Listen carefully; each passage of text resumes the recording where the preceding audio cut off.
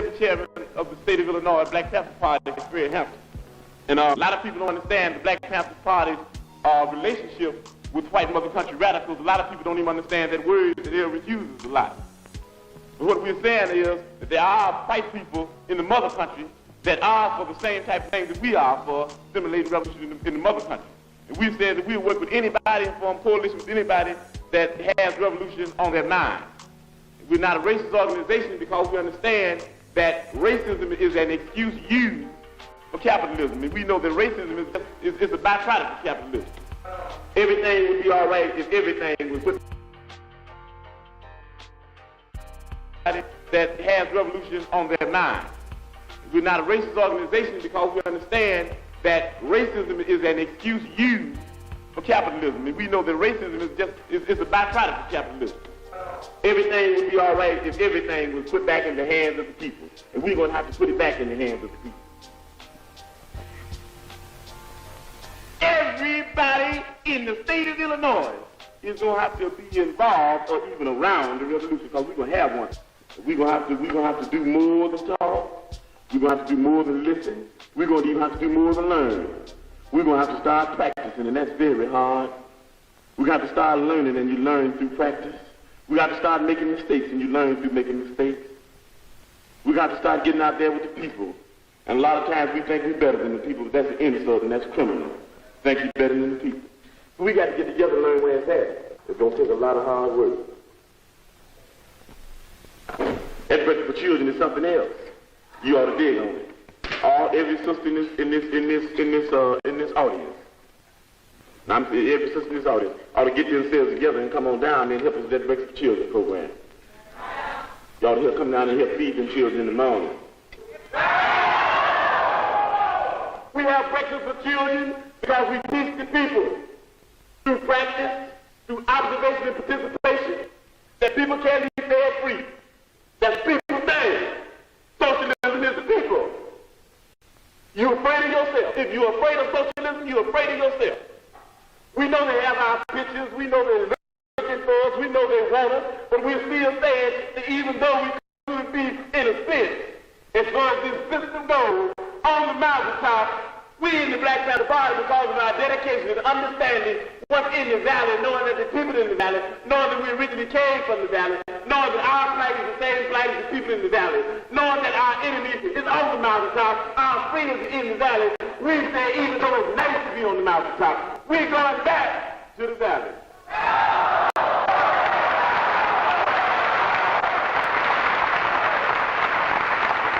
I be in the office every day.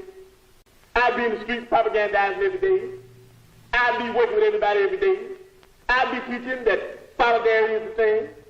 The end of a complete wipeout of imperialism is the thing. So if you're going to be thinking about me, that's what Bobby would be teaching. If you're going to be thinking about us, all we say is ain't no thing about going nowhere, getting killed. All we want to know is that you're doing what we'd be doing if we were here. And you got to do that. You can't do it unless you believe that you can do it. In the spirit of liberation, we understand that they want everybody in the party in jail. And we know that if we got to figure out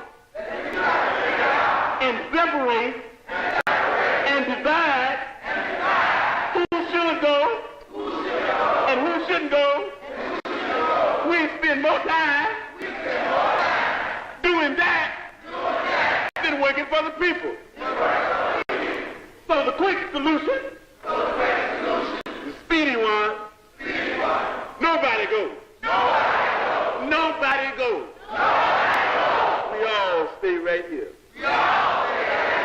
With the people. Because we love the people. Okay, you can put your hands down now. We say all power to all people. We say white power to white people. Brown power to brown people. Yellow power to yellow people. Black power to black people. X power for those that we left out. We say Panther power to the Vanguard Party.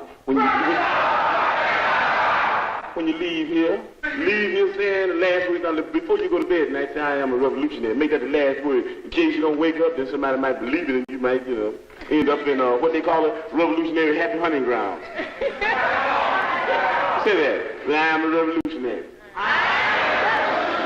Say it when you're going out. Everybody want to keep leave. Okay, we're going to say it while we're going out. Hey, we're going to start a thing called Free Fred. Don't that sound nice? Hey, let's do that. Free Fred. Free Fred. Free Fred. Free Fred. Hey, I ain't even in jail yet. Hey y'all, so I wanted to create this video to do a little bit of a deep dive into the lean canvas.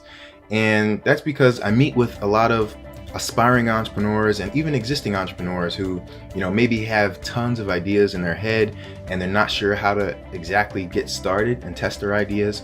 Or maybe they have one idea, they have one thing that they really, really want to get started on, but they're not sure, how do I test and see if this is something that can be a real business or a real startup. And then there are also people who are existing entrepreneurs who have businesses and startups that they've been working on, some for a lot of time, but they've never actually taken the time to lay out a business model, right? They've just kind of been winging it, or they'd like to make some iterations and adaptations based on what they've learned from being in business thus far, and they need sort of like a strategic way to make some changes. And the best way to do that is with this right here, the lean canvas. All right, so let's jump into it.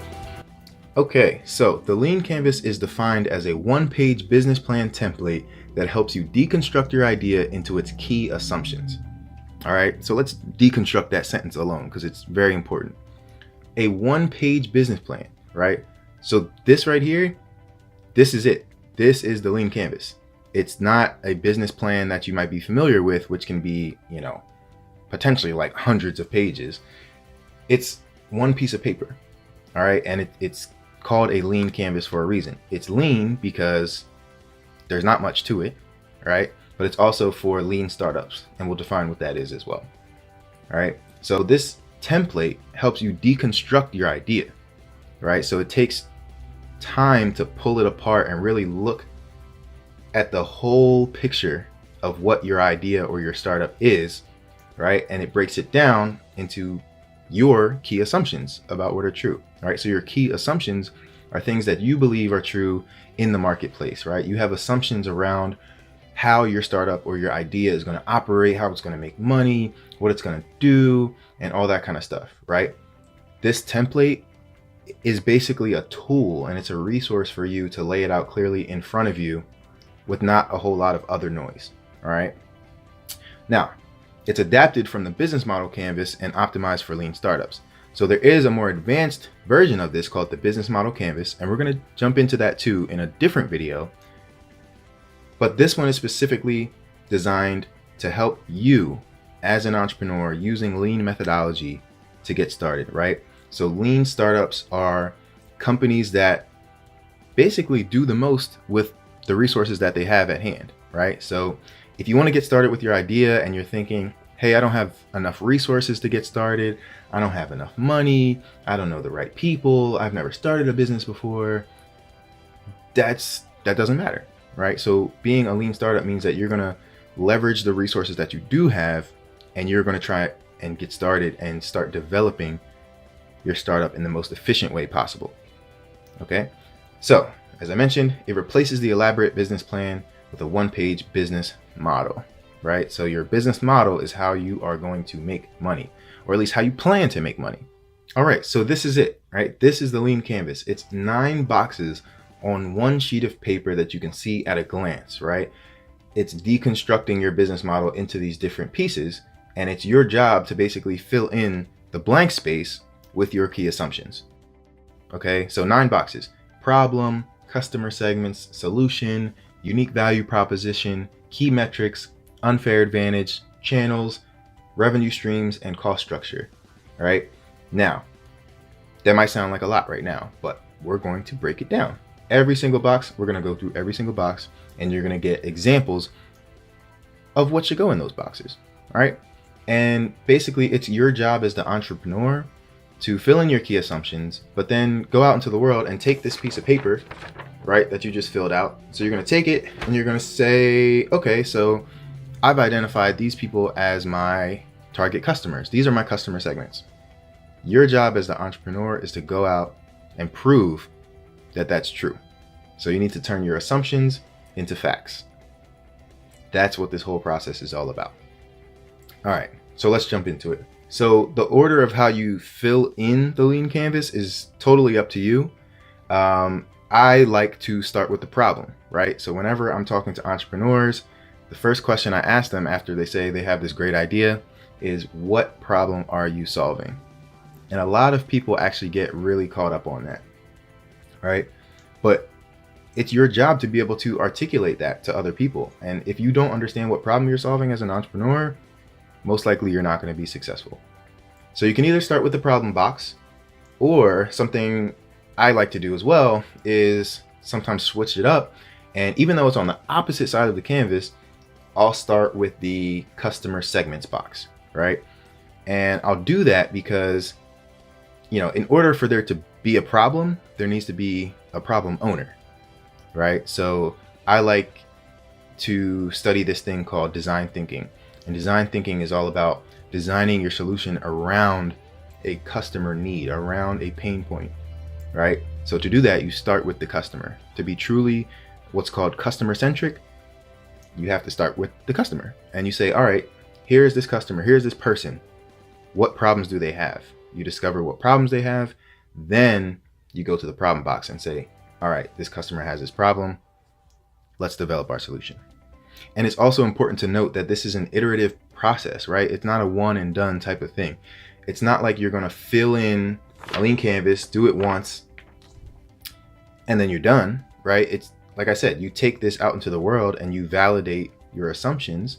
You turn your assumptions into facts, or you're proven wrong and you come back to the lab and make iterations and changes. And then you adapt those changes right directly on your canvas, right? You can either write on it, you can put sticky notes, you can use a whiteboard, whatever you want to do. However you want to fill in the canvas is up to you. But the whole point of it being lean and the whole point of it being one sheet of paper is that you can do a lot of them.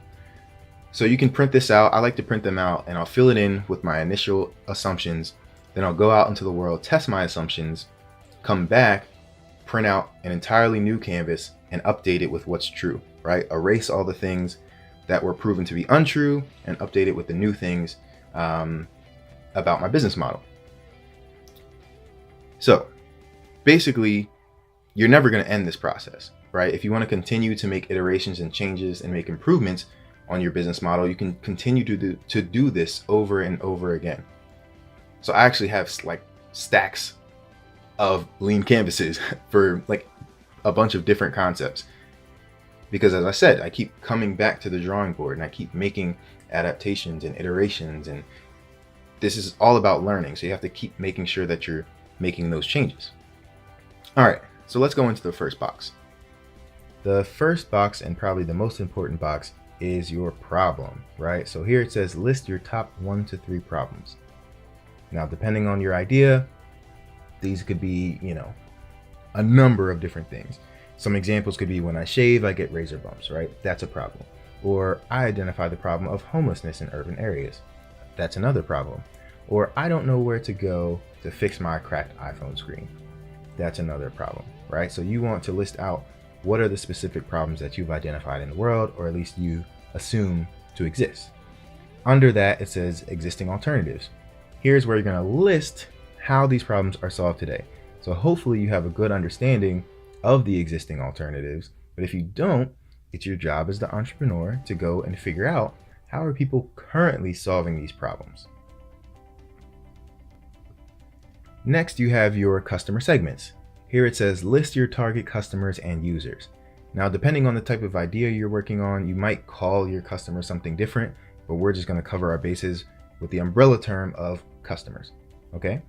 Now, you want to be as specific as you can here about your target customers, because you're going to need to be able to find these people. If the canvas is all about testing and learning about your assumptions, you need to go and talk to these potential customers or validate that these potential customers have the problems that you've identified. And it's called customer segments because you can have different types of customers. Some people might use your product or service and other people pay for it. Maybe they're the same person, but it's up to you to figure that out. And then at the bottom, you'll see it says early adopters. List the characteristics of your ideal customers, right? So if I'm building something like a news app, I'm going to say my ideal customers are people who binge watch the news, people who already developed the latest news apps, and people who are all over Twitter and Facebook sharing content. Then we get to the solution box. Now, notice how this box is smaller than the problem box. It's smaller than the customer segments box, and that's by design, right? Your idea isn't what matters. It's all about solving a problem for a problem owner.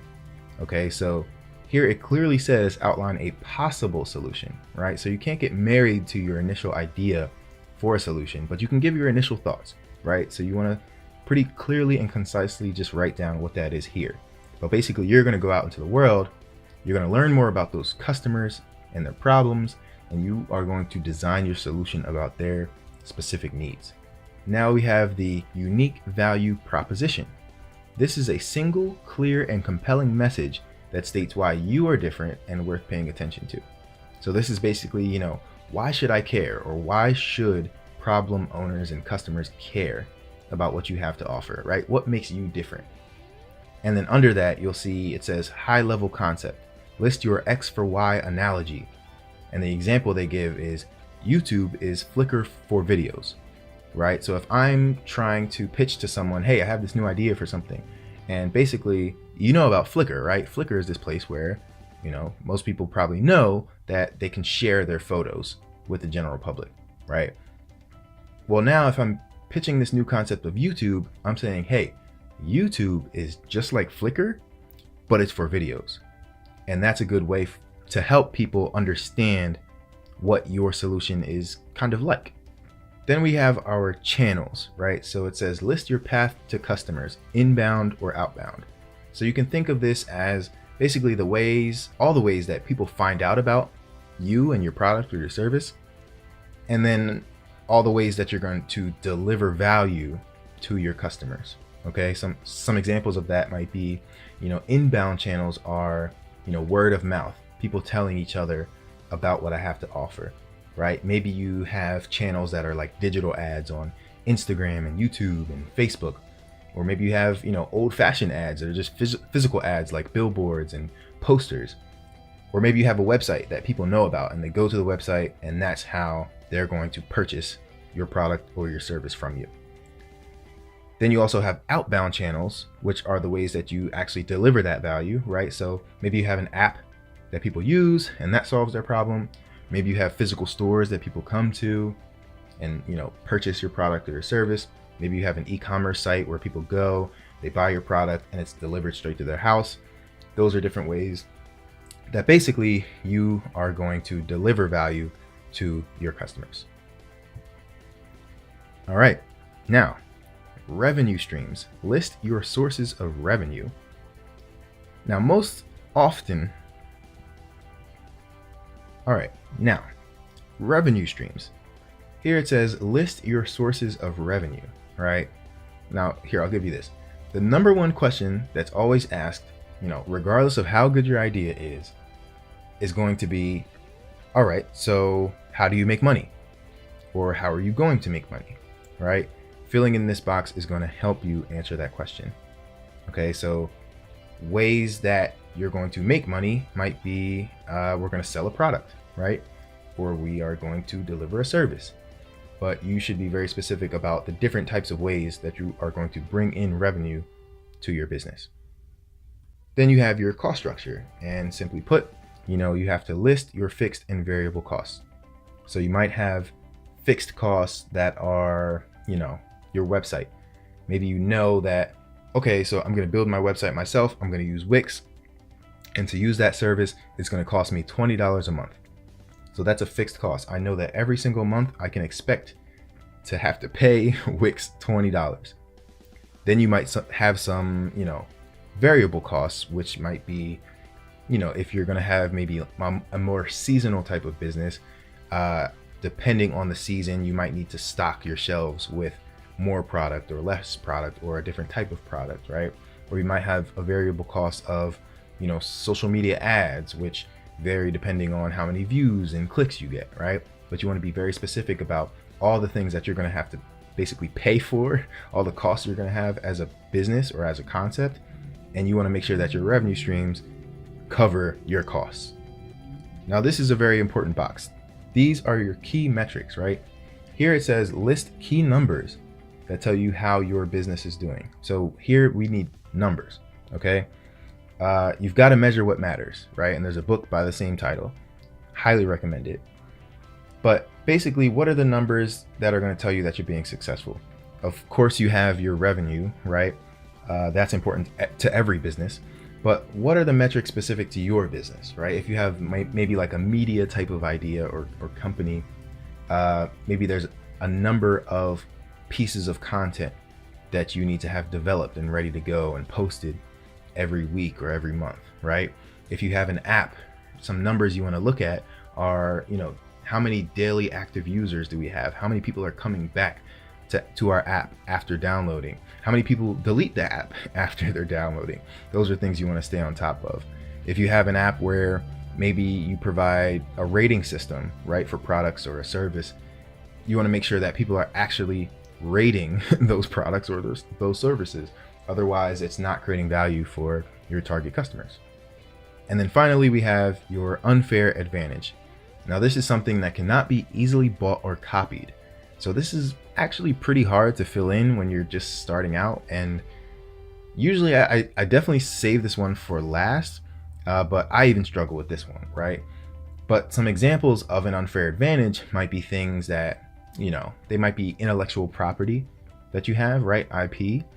They might be key partnerships or access to resources that other people don't have access to, right? So maybe you get a deal on a certain product, or maybe you have a distribution channel that's really exclusive to you, or maybe you just have something that's as simple as like the trust and loyalty of your customer segments. Maybe there are people who want to purchase from you because of maybe it's your brand or your social status, right?